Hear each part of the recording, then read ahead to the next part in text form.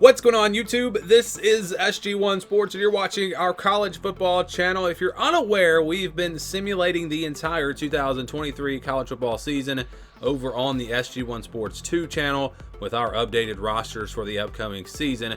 And now we have completed every regular season game for the Power 5 teams, and also we have done the conference championship games for the Power 5, and now it's time to get to the college football playoff. And I just wanted to show you guys what the top 25 look like at the end of the season and show you who's going to be in the playoff and the New Year's Six Bowls and all of that. I understand this is just a video game, it's just a simulation, and it's not a prediction for me or anything, but it's just interesting to look at and talk about, and I just would love to get your reaction on the season possibly going like this. And you're going to see teams here, you're like, wait, no way that team's going to finish there.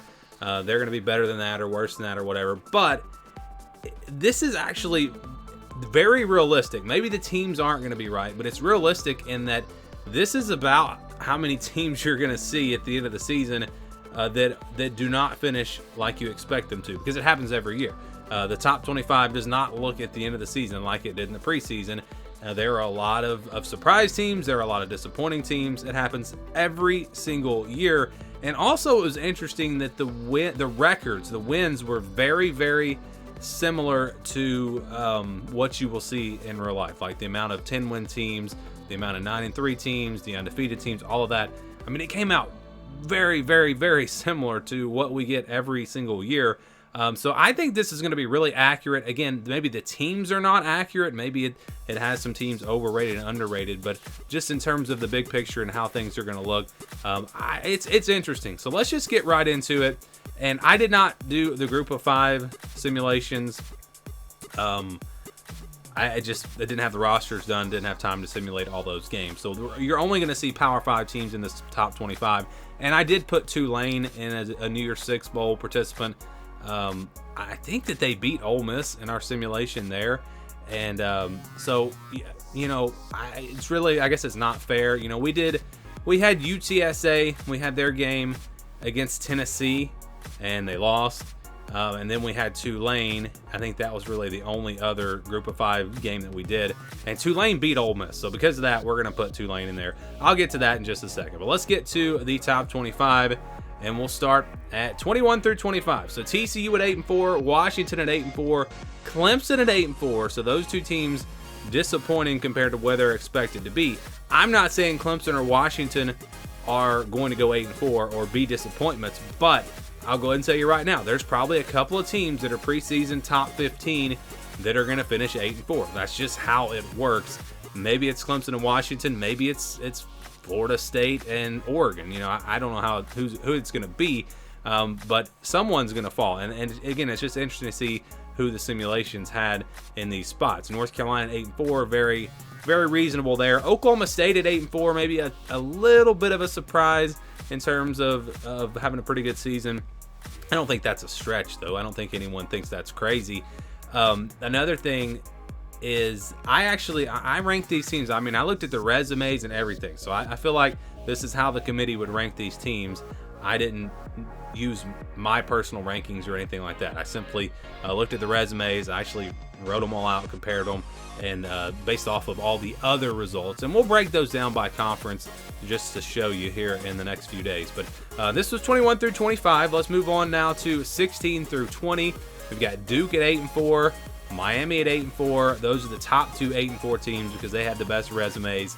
And then we get into some 9-3 teams. And how about Washington State? Now that is a surprise, but I've talked about them, and I've talked about their roster potentially having some pieces to where they could surprise this year. I don't know that they're going to go 9-3, maybe 8-4, maybe that kind of surprise, or something like that. But 9-3 for Washington State was definitely a surprise.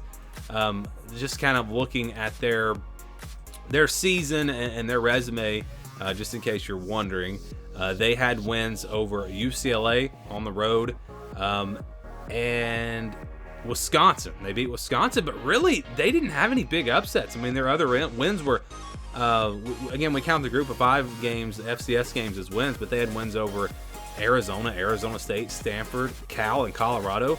You're telling me they can't win those games? So this is actually possible. It wouldn't shock me if Washington State went 9-3 or 8-4. Oregon State at 9-3, very realistic there.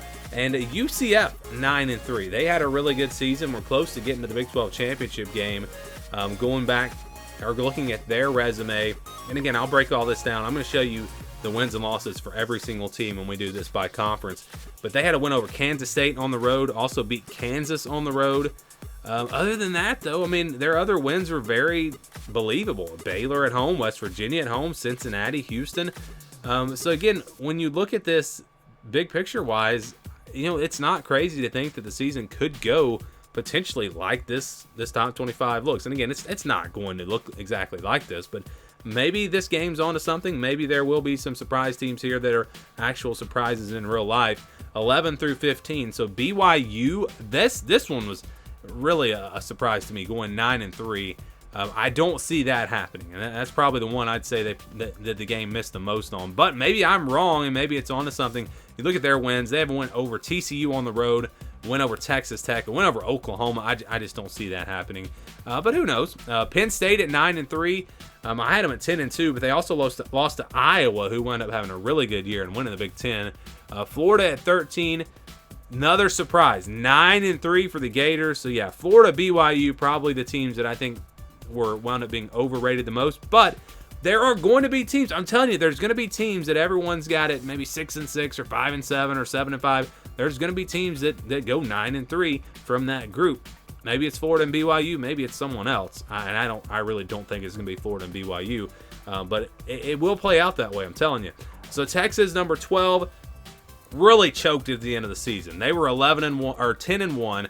They lost to Texas Tech in the final regular season game, and then lost to Texas Tech again in the Big 12 championship in a game where they had the lead and choked it away. So somewhat realistic. Maybe that doesn't happen this year, but that's what we've seen from Texas in the past. Iowa at number 11. They were at 9-3, but then they upset Ohio State in the Big 10 championship game. Something I do not see happening, but they did, and it was a great year for the Hawkeyes. Everyone's pick in the Big Ten was Wisconsin, and like I said, I'm going to break this down and do conference videos and show you how the season went for everyone. But Wisconsin was a major disappointment. They won 5 games. They didn't even make a bowl game, and I think that's going to be wrong, but interesting. Let's go to the top 10 now. Texas Tech at number 10 after their Big 12 championship victory. Tennessee at 10-2. LSU at 10-3. Lost to Georgia in the SEC championship. But they're not going to get penalized for playing an extra game. That's why they're still ahead of Tennessee. Michigan at number 7. Lost to Ohio State.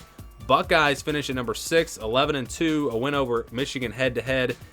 So that's going to be enough for me to keep Ohio State ahead of Michigan here, and I think the committee would go that way. Again, and they're not going to penalize Ohio State for playing an extra game, especially when they went on the road and beat Michigan. So that's what 6 through 10 looks like. Very realistic. I could see all 5 of these teams winding up in these spots. Again, I don't see Ohio State. I don't see any Big Ten East team, whether it's Ohio State, Michigan, or Penn State. I don't see any of those teams losing in the Big Ten championship. But other than that, very realistic. So let's get to the top 5 and see who's in the college football playoff. And it's going to be Georgia, Florida State, USC, and Oregon. And then Notre Dame just misses out. Remember, they had the win over Ohio State, and that's why they're ahead of them here in the rankings. Beat them head-to-head. But they lost to USC, and that's ultimately what's going to keep them out. So Georgia went 13-0. Obviously, they're going to be number 1. Florida State their only loss was to Clemson, a game that they lost on the road. And again, Clemson was a disappointment. Circling back to Clemson, their losses, in case you're wondering, were to Duke, Miami, Notre Dame, and North Carolina. So all teams that wound up in the top 25, but still a big disappointment there. But Florida State's only loss was on the road at Clemson, and that their resume was really solid. So they wind up at number 2. USC jumps all the way up to number 3 after their win in the Pac-12 championship game over Oregon. So Oregon beat them in the regular season. USC beat Oregon in the Pac-12 championship. Oregon had been undefeated, so they were number 2. They dropped to number 4, and they stay just ahead of Notre Dame, again with a little bit of a better resume. But I think you can make an argument for Notre Dame. But the committee's not going to drop a team in Oregon from 2 all the way down to 5 after they lose to a team that they had already beaten. So this is what the bracket will look like. Georgia versus Oregon, Florida State versus USC. If you want to watch these live games, you can catch them over on the SG1 Sports 2 channel. They will be tomorrow, Saturday, at 6 and 9 o'clock Eastern Time. So we'll have these 2 games for you. And if you're wondering where they will be played, we'll have the Sugar Bowl, Georgia versus Oregon.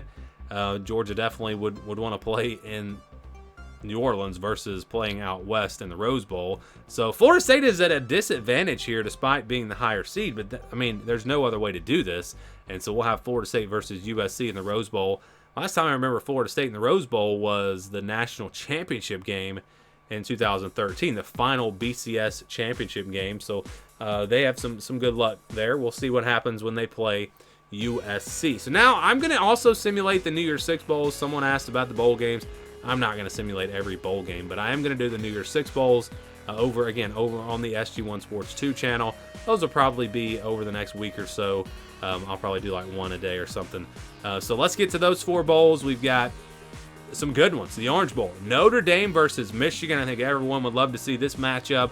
Old rivalry here. Irish and the Wolverines will face off in Florida in the Orange Bowl. So that'll be a good one there. Also, we're going to have LSU and Ohio State in the Peach Bowl. That should be a great matchup. Really excited about those 2 matchups. The other 2, not so much. We've got the Cotton Bowl, Texas Tech and Tennessee. An interesting one. Not really one that jumps out as being a super exciting matchup. But still, should be a fun one. We'll see if Texas Tech can build on their momentum after beating Texas in their last 2 games. And then finally, the Fiesta Bowl. Iowa, after winning the Big Ten, that gets them in. And Tulane is going to be our highest-ranked Group of 5 champion.